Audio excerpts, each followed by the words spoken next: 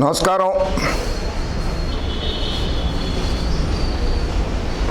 రఘురామకృష్ణంరాజు గారికి నమస్కారం, ధన్యవాదాలు. రెండు అక్షరాలు, రెండు పదాలు, ఇంగ్లీష్లో షార్ట్ టర్మ్లో ఎంపీ, మెంబర్ ఆఫ్ పార్లమెంట్, వాటికి గౌరవం ఇస్తా. రఘురామకృష్ణంరాజు గారికి మాత్రం వ్యక్తిగతంగా గౌరవం ఇచ్చే ప్రశ్న తలెత్తదు. ప్రజా సొమ్ము, పేద బడుగు బలహీన వర్గాలు, దళిత వర్గాలు బ్యాంకుల్లో దాచుకున్నటువంటి సొమ్ముని దాదాపు 2655 కోట్ల రూపాయలు బ్యాంకులు కట్టకుండా ఉన్నందుకు సిబిఐ దాడులు జరపడము, ఎన్ఫోర్స్మెంట్ డైరెక్టరేట్ దాడులు జరపడము జరిగింది. మీరు ఉత్తరాలు, లేఖలు బాగా రాస్తున్నారు ముఖ్యమంత్రి వైఎస్ జగన్మోహన్ రెడ్డి గారికి, సంతోషం. అలాగే మీరు ఆంధ్రప్రదేశ్లోని జర్నలిస్టుల మీద ప్రేమ చూపిస్తూ, అది అందరి మీద అయి ఉండకపోవచ్చు, కొంతమంది మీద అయి ఉండొచ్చు. ఎందుకంటే తమరిని భుజాల మీద మోస్తున్నారు కదా, పచ్చగొట్టాలు, పిచ్చి గొట్టాలు మిమ్మల్ని భుజాల మీద మోస్తున్నాయి కదా, వాళ్ళ మీద అయి ఉండొచ్చేమో ప్రేమ. మీరు లేఖ రాశారు 28 జూన్ 2021 నాడు. YS Jaganmohan Reddy, the honourable chief minister, government of Andhra Pradesh. ఇది మీరు రాసిన లేఖ.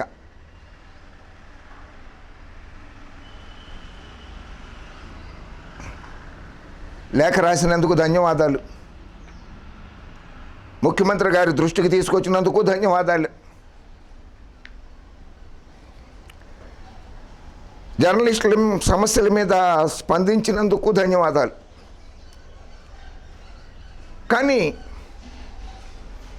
ఈ లేఖ, మీరు రాసినటువంటి ఈ లేఖ కొన్ని దురుద్దేశాలు ఆపాదిస్తున్నది ప్రభుత్వానికి. వైఎస్ జగన్మోహన్ రెడ్డి గారి ప్రభుత్వానికి దురుద్దేశాలు ఆపాదిస్తున్నది మీ లేఖ.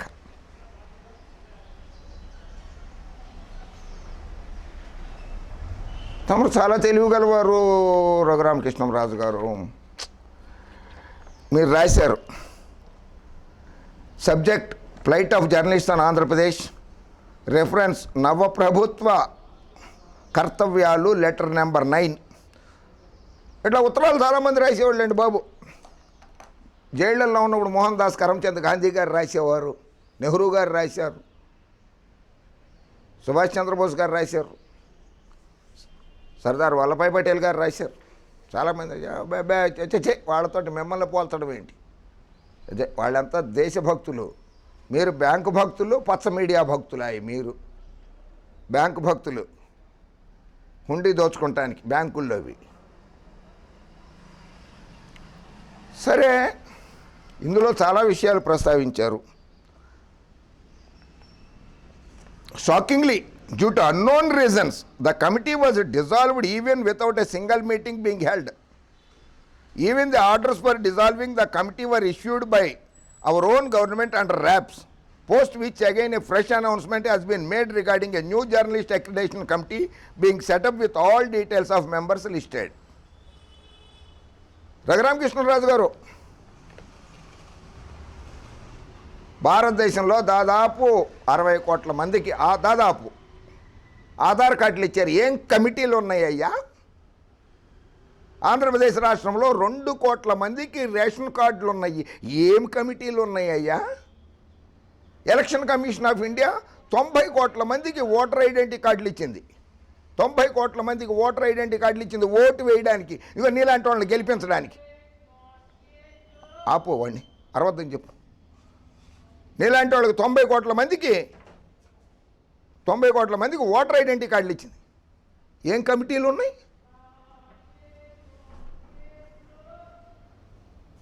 చెప్పండి, సమాధానం చెప్పండి మీరు. 90 కోట్ల మందికి ఓటర్ ఐ కార్డులు ఇస్తే ఏం కమిటీలు ఉన్నాయి?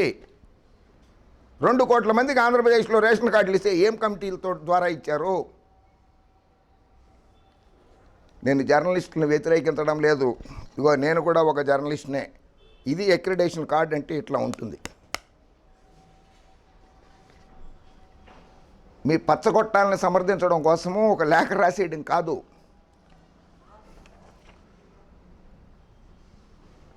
GO journalist brethren are alleging that though GOMS number 142, we denied the journalists having a say in the issuance of accreditation cards. Journalists were removed from the accreditation panels. They challenged the issue of GO number 142 replacing the earlier GO number 92 issued in 2005 by the then government, setting rules and regulations to accord accreditation to the journalists in the High Court. అబ్బా ఇది కూడా తెలిసింది మీకు. Correct, మీరు లేఖ రాసింది కరెక్టే sir.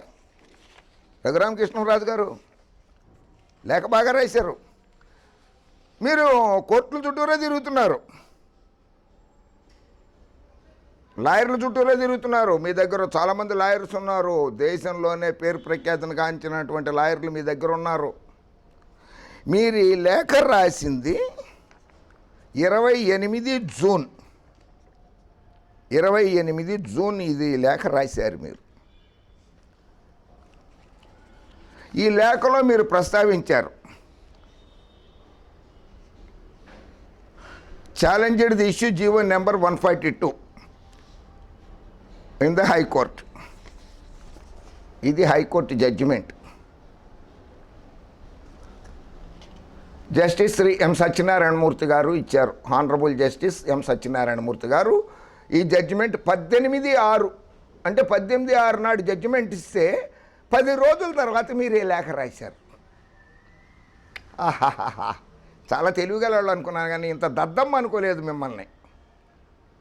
18వ తారీఖు నాడు జడ్జిమెంట్ ఇచ్చారు. కమిటీలు ఉండాల్సిన పని లేదు, ఉండొచ్చా ఉండకూడదా అన్నది ప్రభుత్వదే నిర్ణయమే కరెక్టు అని చెప్పి ఆంధ్రప్రదేశ్ హైకోర్టు 18/6/2021 నాడు జడ్జిమెంట్ ఇస్తే 28/6/2021 నాడు మీరు లేఖ రాస్తారండి రఘురామకృష్ణరాజు గారు. ఈ లేఖలో our government has not issued press accreditations to the media persons since 2 years. As many as 40,000 applications were received by the department from 13 districts. A small fraction of accreditation cards are also issued to senior journalists who have attained the age of 60 as freelance journalists as token of honor.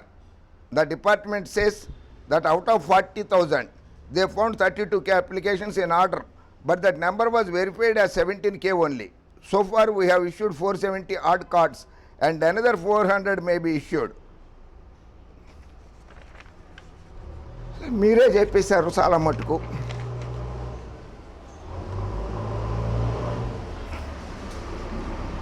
Raghuramakrishnaraju గారు ఈ జడ్జిమెంట్లో ఏమని చెప్పారంటే, ఈ accreditation అనేది ప్రాథమిక హక్కు కాదు, రాజ్యాంగబద్ధమైన హక్కు కాదు, చట్టబద్ధమైన హక్కు కాదు అని చెప్పింది. మీరు పార్లమెంట్లో ఉన్నారు, పార్లమెంట్లో బిల్లు పాస్ చేయించండి. దమ్ము ధైర్యం ఉండి జర్నలిస్టుల మీద ప్రేమ ఉంటే మీరు ప్రైవేటు బిల్లు అయినా సరే పెట్టండి పార్లమెంట్లో. దీన్ని ప్రాథమిక హక్కు కిందో లేకపోతే రాజ్యాంగబద్ధ హక్కు కిందో తీసుకొచ్చేందుకు పార్లమెంట్లో ఒక బిల్లు పెట్టండి. ప్రైవేట్ మెంబర్స్ బిల్లు కూడా పెట్టచ్చు పార్లమెంట్లో ప్రతి శుక్రవారం నాడు. పెట్టండి, దమ్ముందా పెట్టు, పార్లమెంట్లో బిల్లు పెట్టు, చట్ట సవరణ చేయించి దీన్ని ప్రాథమిక హక్కుగా కల్పించమనో లేకపోతే రాజ్యాంగబద్ధ హక్కుగా కల్పించమనో చట్టబద్ధమైన హక్కుగానో. అది చేత కాదు, లేఖలు రాయడం ఒకటే వచ్చింది. The core contention of the petitioner before this court is that the elimination of the rights of the journalist federation to be tested on the anvil of Article 14 of the Constitution of India, since such action of the respondents totally eliminating the representation in the accreditation committees both at state and district levels is arbitrary and affects the rights of the journalists seriously, and it is prejudicial to the interest of the journalists in the state అని చెప్పారు. చెప్తే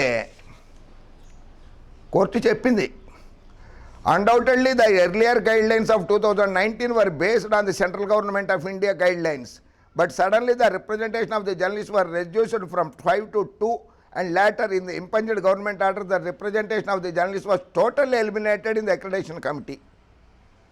సరిపోయింది. In fact, various guidelines were framed by exercising power by the state executive order under Article 162 of the Constitution of India. Constitution of India 162లో ప్రకారంగానే రాష్ట్ర ప్రభుత్వము guide లైన్స్ని prepare చేసింది రఘురామకృష్ణంరాజు గారు. దాన్ని మీరు తప్పు పట్టాల్సిన అవసరం లేదు. మీరు చట్టసభ సభ్యులు, పార్లమెంట్లో ఉన్నారు చట్టాలు తయారు చేసేందుకు. అక్రిడిటేషన్ అనేది చట్టబద్ధం చేయండి, రాజ్యాంగబద్ధం చేయండి, ప్రాథమిక హక్కుగా కల్పించండి అని చట్ట సవరణ చేయించండి పార్లమెంట్లో. ప్రైవేట్ మెంబర్ బిల్ అన్న పెట్టండి మీరు. ఇది GOMS number 142 issued by the government of Andhra Pradesh, general administration department, I&PR, media relations 2011-2019 నాడు ఇష్యూ చేశారు. ఈ జిఓ తప్పు లేదు అని చెప్పి హైకోర్ట్ ఆఫ్ ఆంధ్రప్రదేశ్ జడ్జి రిపిటేషన్ నెంబర్ 24312 ఆఫ్ 2020 2020లోనే పిటిషన్ వేశారు. హైకోర్టులో పెండింగ్లో పిటిషన్ ఉండగా, పిటిషన్ హైకోర్టులో పెండింగ్లో ఉంటే ఆంధ్రప్రదేశ్ ప్రభుత్వము జగన్మోహన్ రెడ్డి గారు అక్రిడిటేషన్స్ ఇస్తారా? సబ్జుడిస్ కాదా అది? ఇవ్వగలరా? హైకోర్టులో పిటిషన్ పెండింగ్లో ఉంది కదా, అది మీరే లెటర్లో రాశారు కదా, మీరు రాసిన లేఖలోనే రాశారు కదా హైకోర్టులో పిటిషన్ ఉందని. ఎట్లా ఇస్తారు? మొసల కన్నీరు కారుస్తున్నారు ఆ జర్నలిస్టుల మీద. అందులో మీరు 28వ తారీఖు నాడే లేఖ రాశారు. 28వ తారీఖు నాడే ప్రభుత్వ సలహాదారు సజ్జల రామకృష్ణారెడ్డి గారు,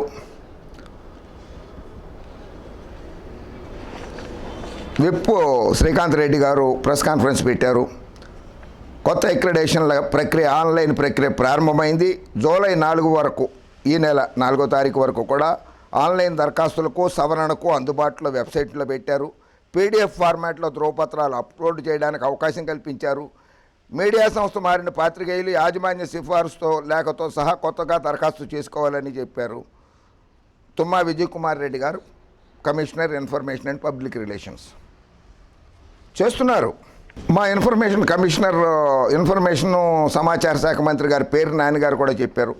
కోర్టులో కేసు మధ్యలో నిలిచిపోయిన అక్రిడిటేషన్ల మంజూరు ప్రక్రియ 28 నుంచి ప్రారంభిస్తున్నాము. మీరు ఆ రోజు నాడే లేఖ రాశారు.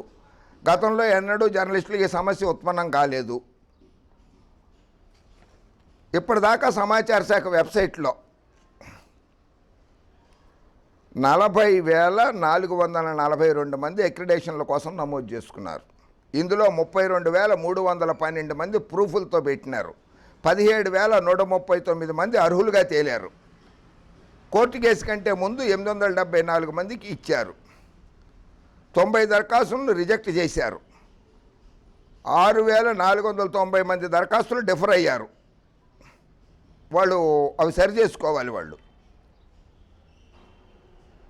సరే, జర్నలిస్టులకి ఇళ్ల స్థలాల పంపిణీ అనేది దశల వారీగా జరుగుతుంది.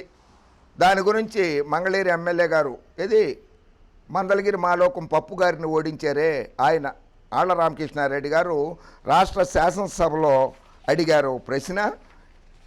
శాసనసభలో అడిగిన ప్రశ్న స్టార్డ్ 875 సెషన్ 4 ఆళ్ల రామకృష్ణారెడ్డి గారు regarding house sites journalist answer furnished. ఇది జనరల్ అడ్మినిస్ట్రేషన్ డిపార్ట్మెంట్ ఇచ్చింది. శాసనసభలో ఆళ్ల రామకృష్ణారెడ్డి గారు అడిగిన ప్రశ్నకి రాష్ట్ర ప్రభుత్వం సమాధానం ఇచ్చింది. మీరు చెప్పటం కాదు.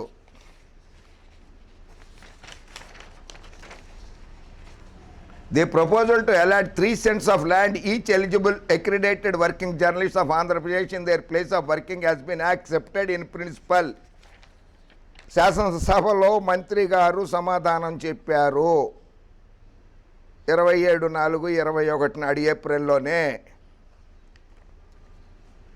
The process of issue of accreditations to working journalists for the year 21-22 has been initiated, and with regard to allotment of house sites, necessary action will be taken after issue of accreditations to working journalists. Working జర్నలిస్టులకి High Court judgement వచ్చేసింది కదా, ప్రభుత్వం అక్రిడిటేషన్స్ ఇవ్వడం మొదలెట్టింది కదా. ఇప్పుడు అక్రిడేషన్స్కి ఇస్తారు. అయితే మీ దృష్టికి ఒకటి తీసుకురావాలనుకుంటున్నాను రామకృష్ణరాజు గారు. This is the working journalist act 1955. ఒకసారి చదవండి సార్ దీన్ని. రఘురామకృష్ణరాజు గారు, జర్నలిస్టుల మీద ప్రేమ ఉంటే పత్రికా సంస్థల మీద, ఓనర్ల మీద కాదు, టీవీ ఛానళ్ళ ఓనర్ల మీద కాదు, పాత్రికేయుల మీద, జర్నలిస్టుల మీద మీకు ప్రేమ ఉంటే ఈ జీవో చదవండి రఘురామకృష్ణరాజు గారు. ఈ జీవో చదివి చెప్పండి. మిమ్మల్ని కుడి భుజం మీద, ఎడం భుజం మీద, మెడ మీద ఎక్కించుకున్న మోస్తున్న ఏ పచ్చ మీడియా, ఆనాడు దినపత్రిక, ఆంధ్రజ్యోతి దినపత్రిక, డ్రామాజీ గారి పేపరు, డ్రామాజీ గారి ఛానళ్ళు, రాకీ రంకుబొంకు ఆయన టీవీ ఛానళ్ళు, ఆంధ్రజ్యోతి పత్రికలో అదేదో 5వ నెంబర్ వస్తుందే 5 ఆ ఛానల్లో ఎంతోమంది జర్నలిస్టులు రోడ్డును పడేసారే, వాళ్ళు ఉద్యోగాలు తీసేశారే. వాళ్ళందరినీ పట్టించుకోరా మీరు? వాళ్ళు జర్నలిస్టులు కారా? మీ కళ్ళకు కనపడడం లేదా? వాళ్ళు ఓన్లీ మీకు ఓనర్లు మాత్రమే కనపడతారన్నమాట, జర్నలిస్టులు కనపడరు మీకు. అది కంటి తుడుపు మొసల కన్నీరులాగా ఉత్తరం రాశారు మీరంతే. ఆ ఉద్యోగాలు తొలగించిన వాళ్ళ కుటుంబాలను ఆదుకోండి. బ్యాంకుల్లో నుంచి తీసుకున్న సొమ్ము బోల్డ్ ఉంది మీ దగ్గర. ఆ ఉద్యోగాలు పోయిన జర్నలిస్టులను ఆదుకోండి సార్. ఇది డ్రామాజీ గారు తీసేసిన, రంకుబొంకు ఆర్కే గారు తీసేసిన, 5 నెంబర్ ఆయన తీసేసిన జర్నలిస్టులు రోడ్డును పడి ఉన్నారు పాపం, వాళ్ళందరికీ ఇచ్చేయండి. మీరు సమర్థిస్తున్నారు కదా కేంద్ర ప్రభుత్వాన్ని. కేంద్ర ప్రభుత్వం సుప్రీంకోర్టులో అఫిడవిట్ ఫైల్ చేసింది, మేము డబ్బులు ఇవ్వలేము అని చెప్పి. సుప్రీంకోర్టు తీర్పు కూడా ఇచ్చింది, ఎంతో కొంత ఇవ్వండి నేషనల్ డిజాస్టర్ మేనేజ్మెంట్ యాక్ట్ కింద కరోనాతో చనిపోయిన బాధితులకని. అలాగే కరోనాతో చనిపోయిన జర్నలిస్టులు కూడా తప్పకుండా ఇవ్వాలి. అటు కేంద్ర ప్రభుత్వం ఇవ్వాలి, రాష్ట్ర ప్రభుత్వం కూడా ఇవ్వాలి. జగన్మోహన్ రెడ్డి గారు చాలా సహృదయులు.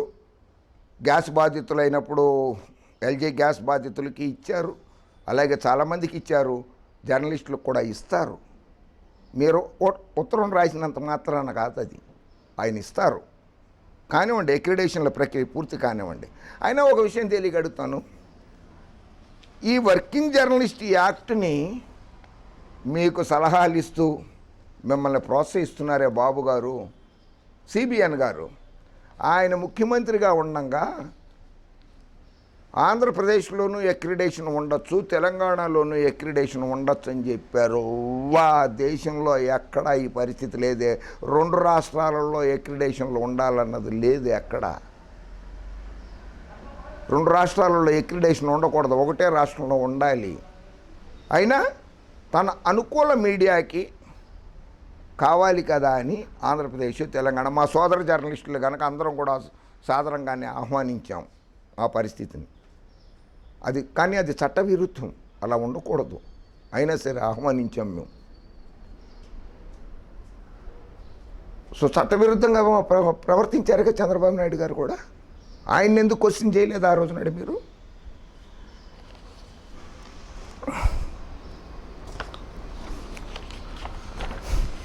ఇంటికో ఉద్యోగం ఇస్తానన్నాడు బాబు గారు. నిరుద్యోగులకి 2,000 రూపాయలు నెల భృతి ఇస్తానన్నాడు. గుంటూరు జిల్లా రేపల్లె రోడ్ షోలో ఆయన వాగ్దానం చేశారు బాబు గారు.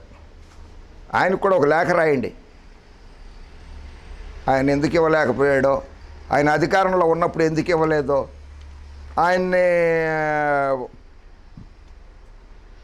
ఈ స్థాయికి తీసుకొచ్చినటువంటి పత్రికలు, టీవీ ఛానళ్ళ వాళ్ళు ఉద్యోగాలు తీసేశారు కదా, వాళ్ళందరూ కూడా ఆయన దగ్గర కూడా బాగా డబ్బు ఉంది. బాబు గారి దగ్గర బొచ్చుడు సొమ్ము ఉంది, లక్షల కోట్లు ఆస్తుంది ఆయనకి. ఆయన మీరు ఇద్దరు కలిసి, ఒకళ్ళేమో ప్రజల్ని దోచుకున్నది, ఒకళ్ళేమో బ్యాంకుల్ని మోసం చేసింది ఉన్నాయి కదా, అవి జర్నలిస్టులకి పంచిపెట్టండి. రోడ్డును పడ్డ జర్నలిస్టులకి ఇవ్వండి, కరోనాతో బాధపడ్డ జర్నలిస్టులకి ఇవ్వండి, కరోనాతో మృతి చెందిన జర్నలిస్టుల కుటుంబాలకు ఇవ్వండి ఆ డబ్బులు.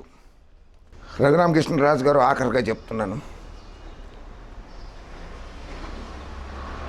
తమరి రాజకీయ జీవితం క్లోజ్. రాజకీయ చాప్టర్ ఆంధ్రప్రదేశ్లో క్లోజ్. మీకు రాజ్నాథ్ సింగ్ గారు బాగా పరిచయం, ఓం బిర్లా గారు బాగా పరిచయం, జేపీ నడ్డా గారు బాగా పరిచయం మీకు.